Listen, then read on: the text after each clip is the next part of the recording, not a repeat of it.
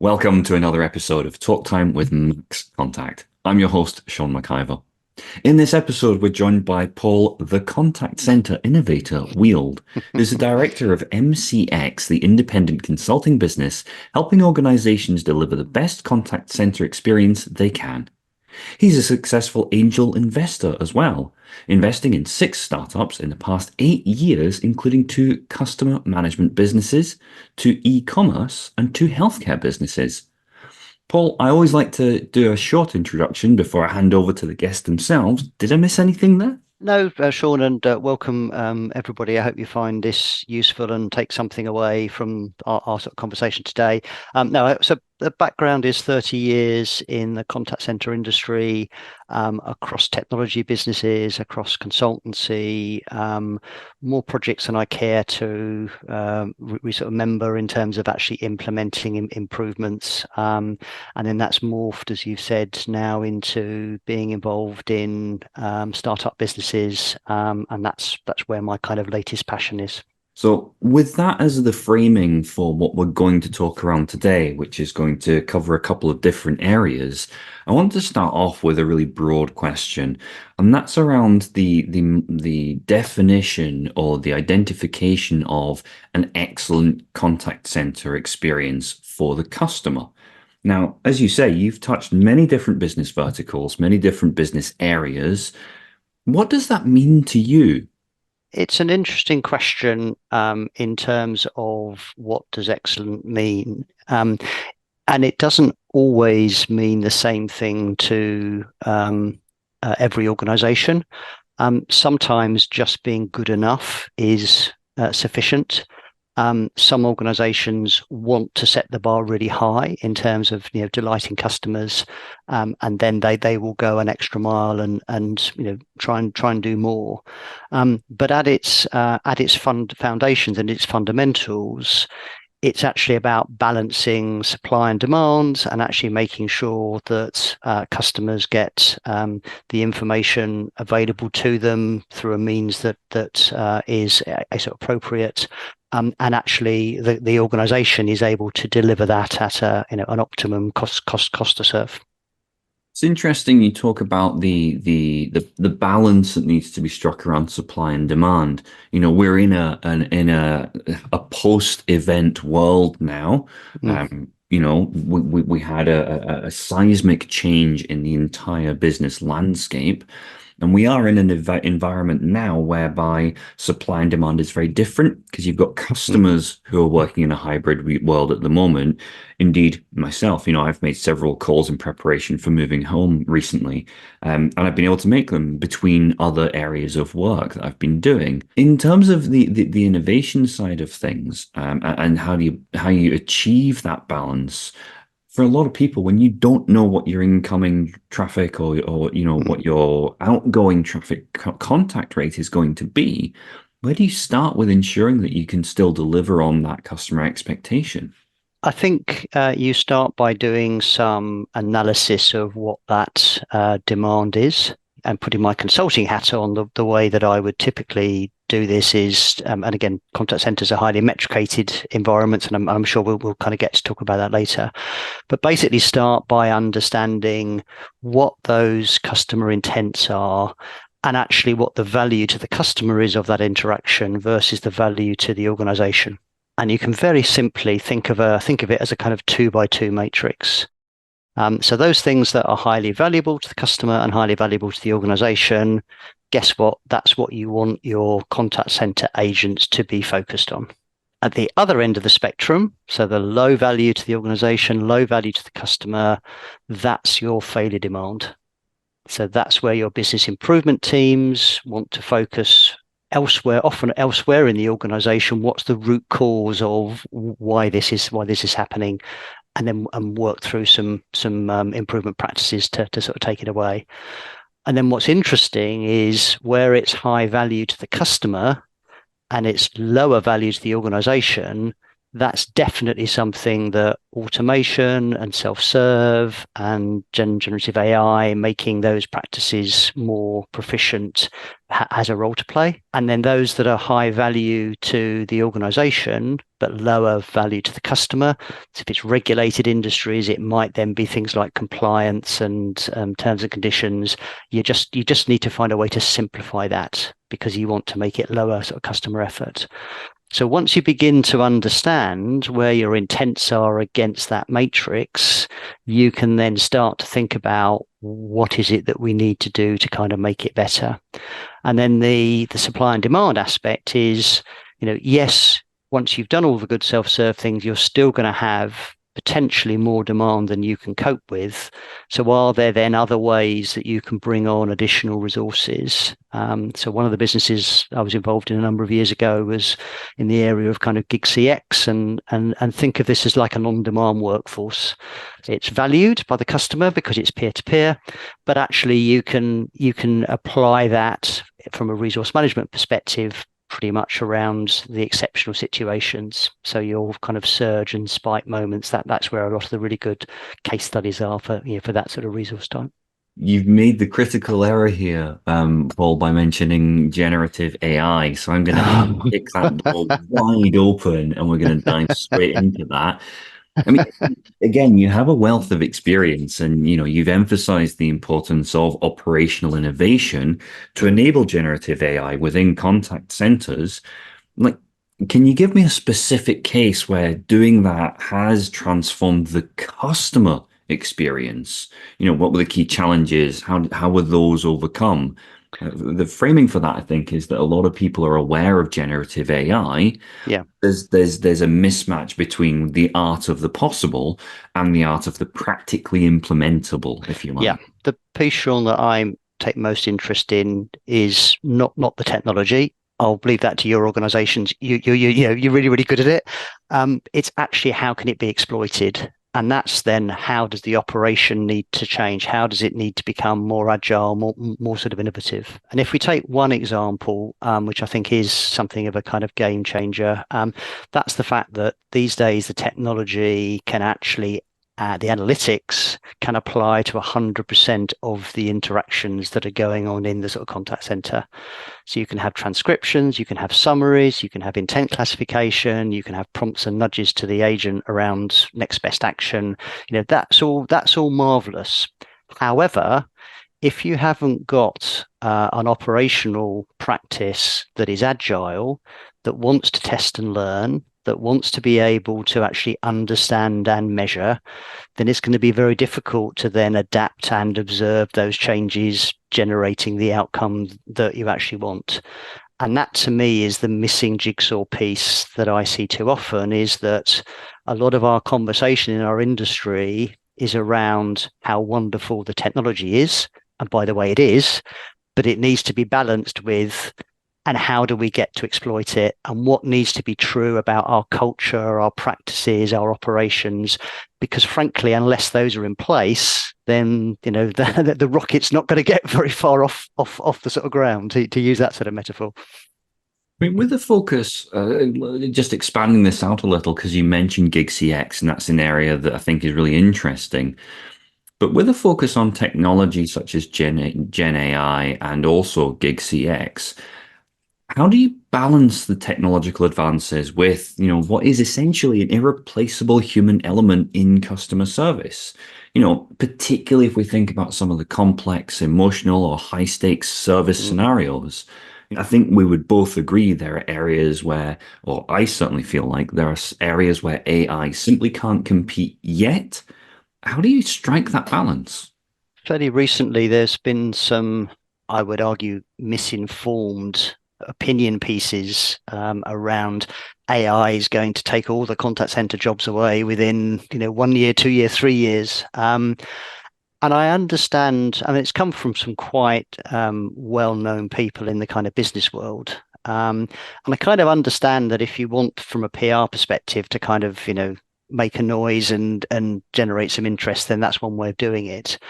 But I think what that misses is actually the landscape that goes on inside organizations. And I had a fairly recent example where my wife decided that we could rationalize our home package for things like broadband and landline and kind of so on and so forth. And she ended up having a 30-minute conversation with a contact center agent where it was quite clear that it was quite painful for the contact center agent to navigate between different systems. With that provider, they'd acquired a competitor, but they still had different systems. They wanted to move from one to the other. It was as if you were moving organizations, but you kind of weren't. And there were 3 or 4 things that she wanted to do, and part of the backdrop to this was, price rises, and in April of 24, the tariffs had all gone up. And at the end of that conversation, it took half an hour. I think that agent had helped my wife save about 20 to 25% of our annual monthly cost for those services. You might argue that in the ideal world, AI could have done that. But I can assure you from the conversation that my wife had, that the way the agent was almost hamstrung to actually have to go into out these different systems, put the customer on hold, come back and confirm that it had been done. I mean, it all was seamlessly done by the agent, but it's not that AI can't do it. It's that the environment in terms of systems and processes, and particularly where there's a legacy of organizations and mergers and acquisitions, it's just not going to work in the way that everyone would kind of like it to. I think that's a really good example to give, and it strikes me as something that I've heard several times, and I believe myself, and that's even going back to 5-10 years ago when there was a lot of conversations around RPA, or robotic process automation, and the founding principle of that is if you've got a standard process that has all of the escape points well documented and defined, that is prime for automation. Yeah. Anything that involves kind of much more fluid responses where it can be much more dynamic is far less appropriate for automation, or it's a lot harder to do automation. And it feels a little bit like a similar sort of scenario when it comes to the more recent developments in Gen AI. I think where you can say, here's the flow that you need to do in these scenarios, that makes sense. I think as soon as you get into those, as you say, cross-system events that are complex, whereby you're, needing to consider a number of factors, I think that's not impossible, but a lot harder to do. Just to circle back as well for a moment, you talked about that metrication, it's well metricated industry.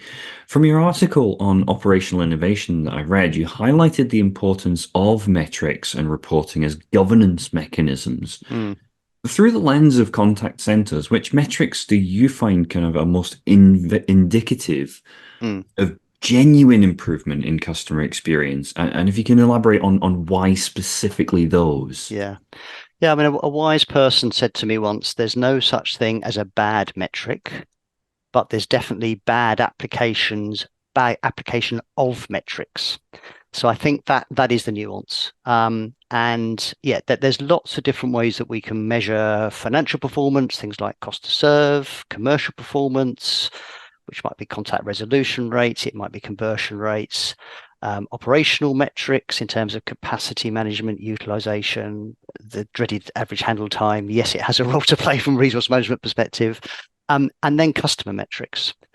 And a lot of the customer metrics, if it's NPS or CSAT, you start by actually surveying customers. And as soon as you do that, you are at risk of introducing bias. Because if you don't get a representative set of people at a point in time giving you an answer, what you're then basing as a data point is actually invalid. And also, if you're chasing particular commercial metrics, I can certainly think back to a catalog company where the initiative was around getting agents to cross-sell and upsell, and they did it really well, until they found 3 months later, the unintended consequence was the customer return rate had actually gone up significantly.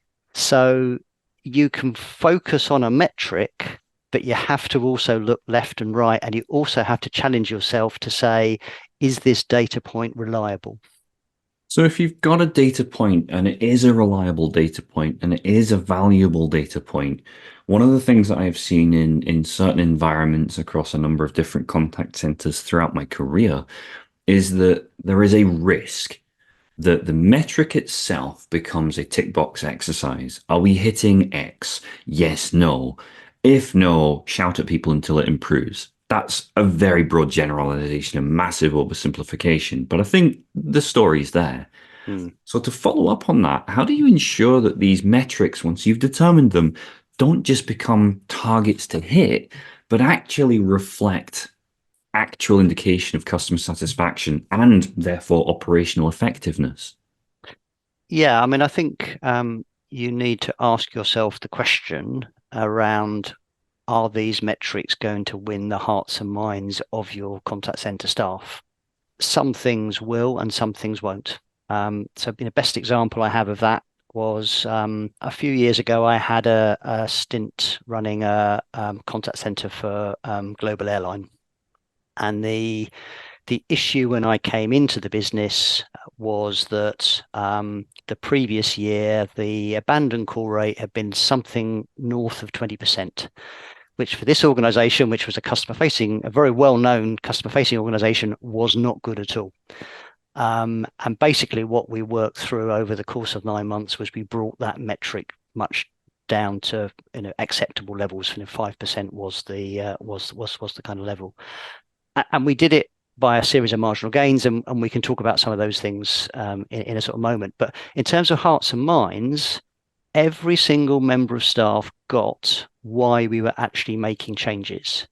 We were making changes because it wasn't acceptable that a fifth of customers, when they wanted to contact us, weren't able to do so. And it suddenly became a kind of cultural element that this is what we were all rowing together to do.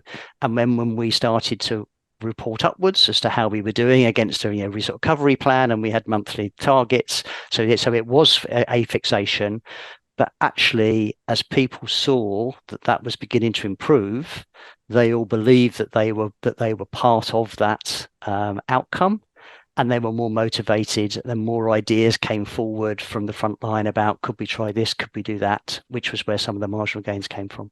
So it has, I think the acid test is, does this metric make sense not only for the customer, but will our staff help us to kind of get there? I'm going to just unpack a little further on what you've just said around the marginal gains.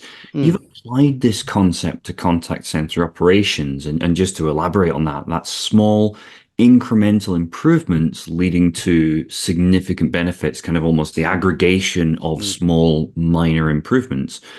Can you just outline an example of that? Because I was trying to think about it myself, and I've heard an analogy of, Mhm. if someone handed you a bike and said, make this bike 10% better, that's a huge ask. If someone handed you a bike and said, make this bike 1% better 10 times, Yep. very different story. So Yep. again, just for the, kind of the benefit of contextualizing that, is that okay? Yeah, it is. So those stories come from British cycling. So Dale Brailsford, also Clive Woodward, who was the England rugby coach 20 years ago when England won the Rugby World Cup. I think they'd refer to it as the 101%. So even more than 10. And I think but the point is that it's the continued evolution of doing a better job, a brick at a time, a small incremental improvement at a time, that gets you to a place that where you can become excellent. And in elite sports, that is being best in the world, winning Olympic medals, winning kind of World Cups. So if I go back to my airline, where we were trying to reduce the abandoned call rate, we focused.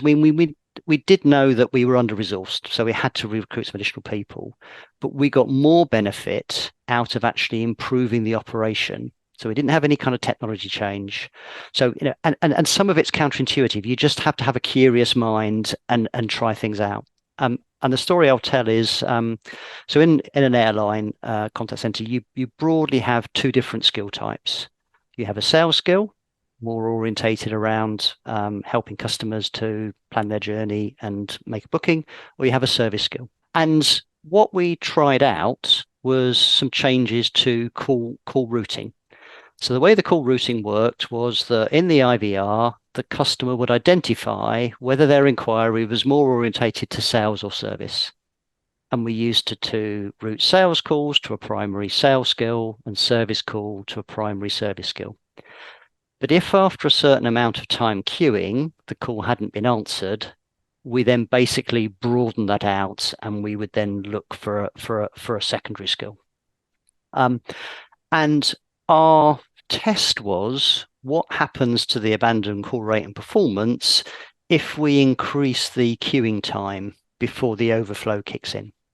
And what we found, which we didn't believe when we first saw it, was that the longer we could keep people queuing for a primary skill, the better the performance was.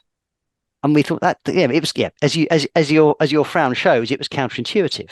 So we then said, right, well, now let's look at the data. So we looked at where calls were being answered, sales skills to sales calls, and those that's kind of overflow.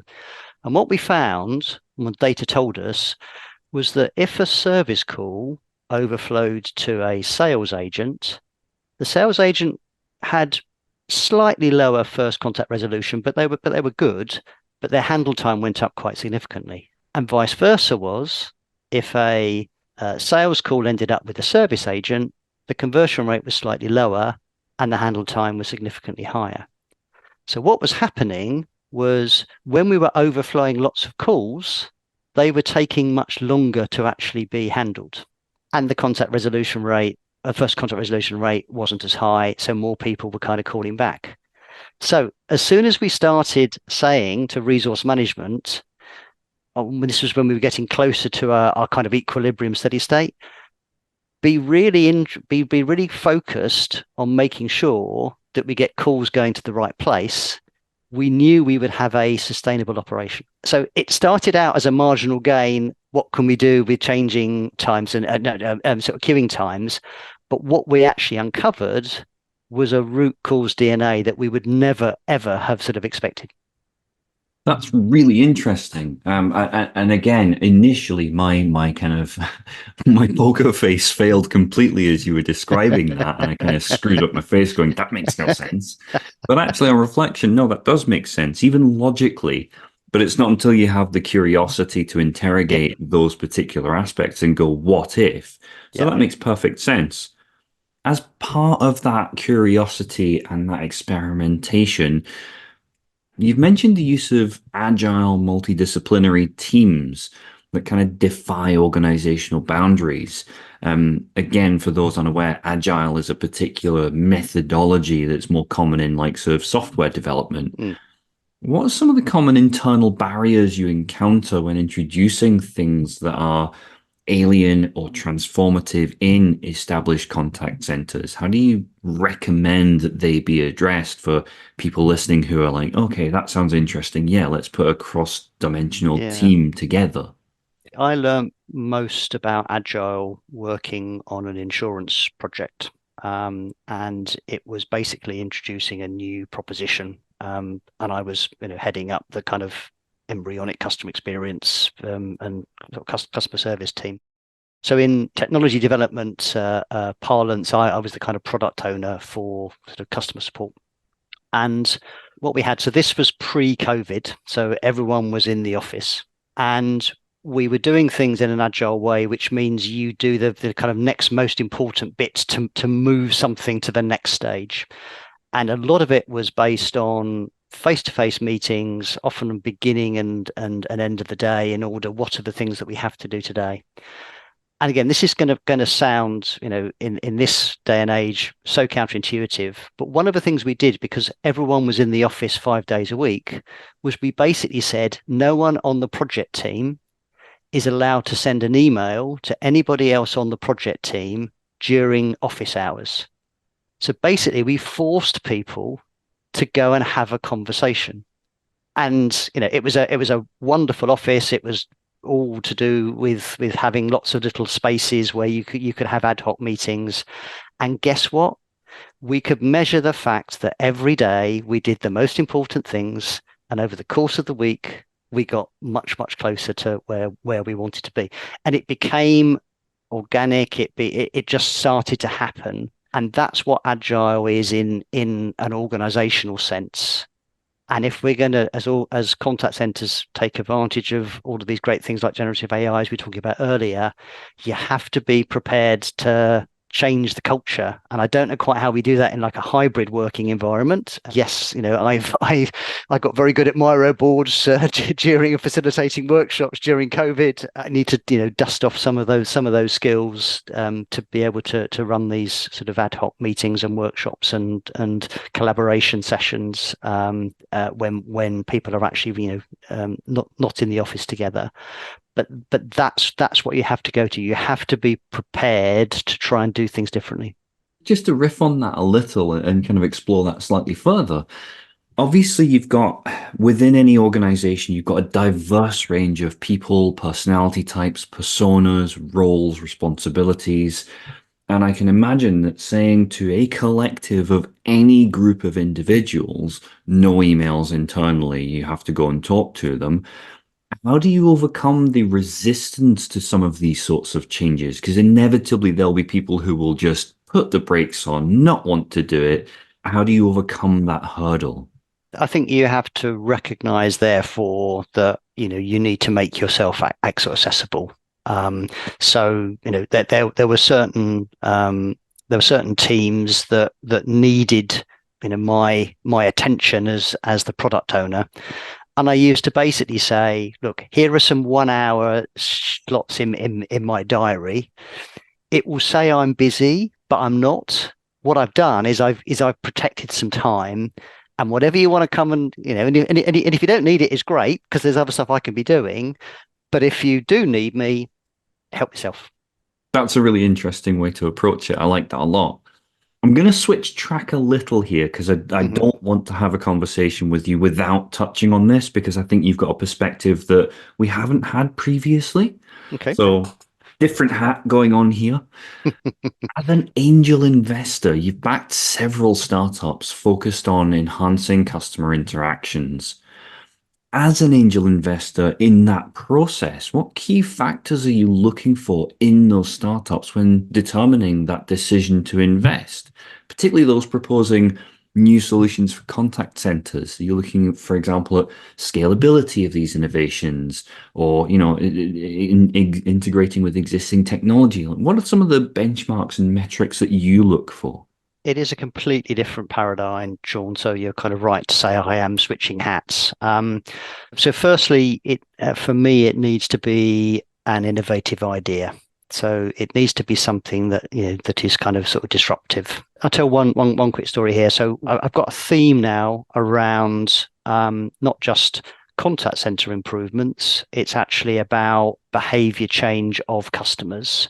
That's something now that runs through a number of the investments that I've actually made. So I've got really good at kind of apps that change behaviors, whether that is health tech, sustainability. The latest one that is launching this month is about fraud prevention and sort of cybercrime, etc. However, the story is, so I was sitting in a Friday lunch and learn session, and a guy called James Walker joined that session, and he was then running a business called Resolver.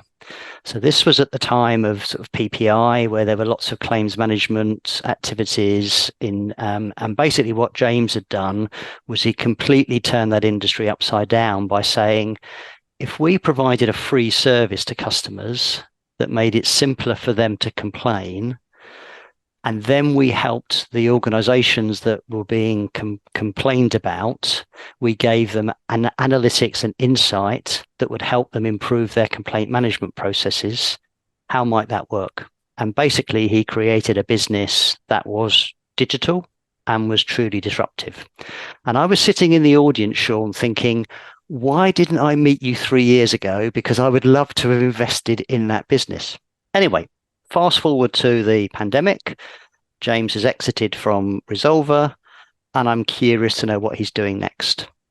And the business he set up is now the UK's #1 cashback money saving app. Now, he's got, or we collectively got very lucky because the cost of living crisis came along post-pandemic, and that has actually, or post the Ukraine war, etc., and that has caused a need, almost a perfect storm of, we had an app, we had a product, we had a really good management team, and suddenly there was a kind of customer need. So that's an example, where it's very likely to have a sort of happy ending for you for all sort of concerned. That's incredible, and really interesting that there was that switch, and the fortuitous nature in which that then panned out. It's Yeah. really interesting to hear. We've only got a couple of questions, only time for another couple of questions. So I'm going to take kind of a 20,000 helicopter view here, and looking ahead with balancing all of the hats on top of one another all at once.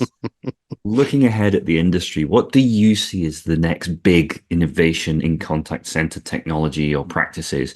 How can contact centers prepare for those and capitalize on these upcoming future trends to make sure they're competitive and to retain that customer satisfaction or elevate that customer satisfaction, whether that's technologies, methodologies emerging on the horizon, or redefining something else within the contact center operation space in, say, the next 5 years?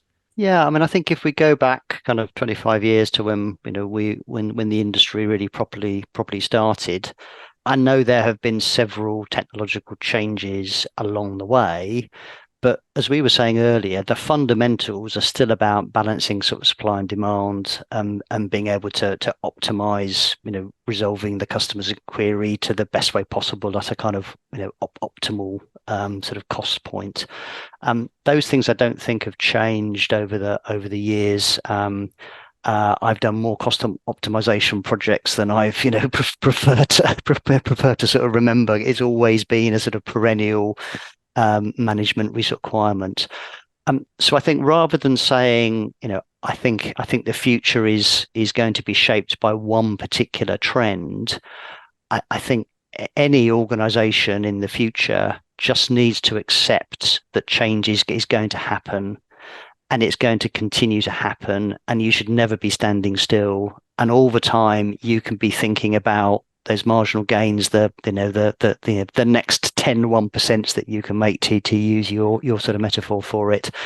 That's a great place to be, because you'll always be striving for the sort of next level that you can get to. And I think that's perhaps, if we look back at the impact of the pandemic, I certainly remember in the spring of 2020, the number of, and I was doing a world work for Deloitte at the time, and the number of very major organizations that kind of got proverbially caught with their pants down because they didn't have an ability for contact center agents to work from home. And I certainly saw in the next 6 months probably more change implemented effectively than I'd seen in the previous number of years, because suddenly there was this immediate pressing need, and everybody got behind why it had to happen, so therefore they had the kind of North Star. So I don't think, well, I hope we don't have to go through another pandemic. I hope we don't have to go through impact of global wars, etc. But I do think that organizations that continually say they're curious, what can I be doing slightly better, and staff that want to be, focused on things that make things better for the customer. That's always a good kind of North Star. I think that would definitely be a recipe for sort of success. Amazing, thank you. Last question, and I'm going to apologize in advance, but also not apologize at all. I'm going to kind of ground this a little. One of the things that always strikes me is that we learn our biggest lessons from our greatest mistakes. Going to ask you to tell me about what you do when things like go catastrophically wrong. And that feels unfair on one sense because I'm asking you at the very last bit to tell me about something that went wrong. But I think it's important because we need to acknowledge when things go wrong, Yep. and we need to look at those and have an honest assessment and really understand why, because that's where the lessons are. So with that Yep. framing, what do you do when things go horrifically, catastrophically wrong, Paul? Okay, so story of a project, and to protect the innocent, I won't mention the particular client. But so the scenario was that they wanted to change their CRM platform. They wanted to do it in an agile way. It had been very well planned out. There were going to be 5 iterative releases. And by the time the project had played through, there'd be something like a 10% capacity reduction. So in terms of the framing of the project, that was all very, very sound. The point that I came in, the first release had been implemented. The finance team had reduced the budget by 10%. And guess what? The workload was significantly higher than 90% of availability could handle, and there were massive backlogs. It suddenly then turned into firefighting about how do you try and bring these backlogs down.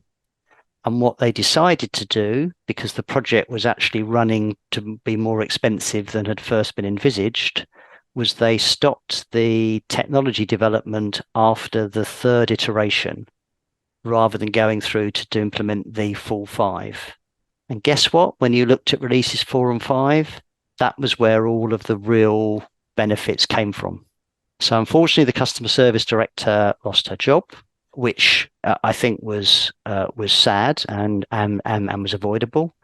And that organization took about 2 years to get back to a steady state post the CRM system being changed. What I now say as to tell that anecdote is I think so. When we're talking about agile, the phrase MVP is used, so minimum viable product. I think MVP should be scratched from the lexicon and replaced with MLP, minimum lovable product. So if we only ever did something that customers will use, you won't have that situation that I have just described. I love that phrase. I'm absolutely stealing that and claiming it as my own. That's You're very welcome, Sean. You're very welcome. what an incredible thing to end on. Paul Weald, Director of Multichannel Customer Experience Limited. Thank you ever so much for your time today. What an incredible conversation it's been. Hopefully everyone at home's listened and enjoyed what we've been discussing. Thank you so much. Yeah, you're very welcome. And you can find me on LinkedIn as the Contact Centre Innovator. Incredible. Thank you.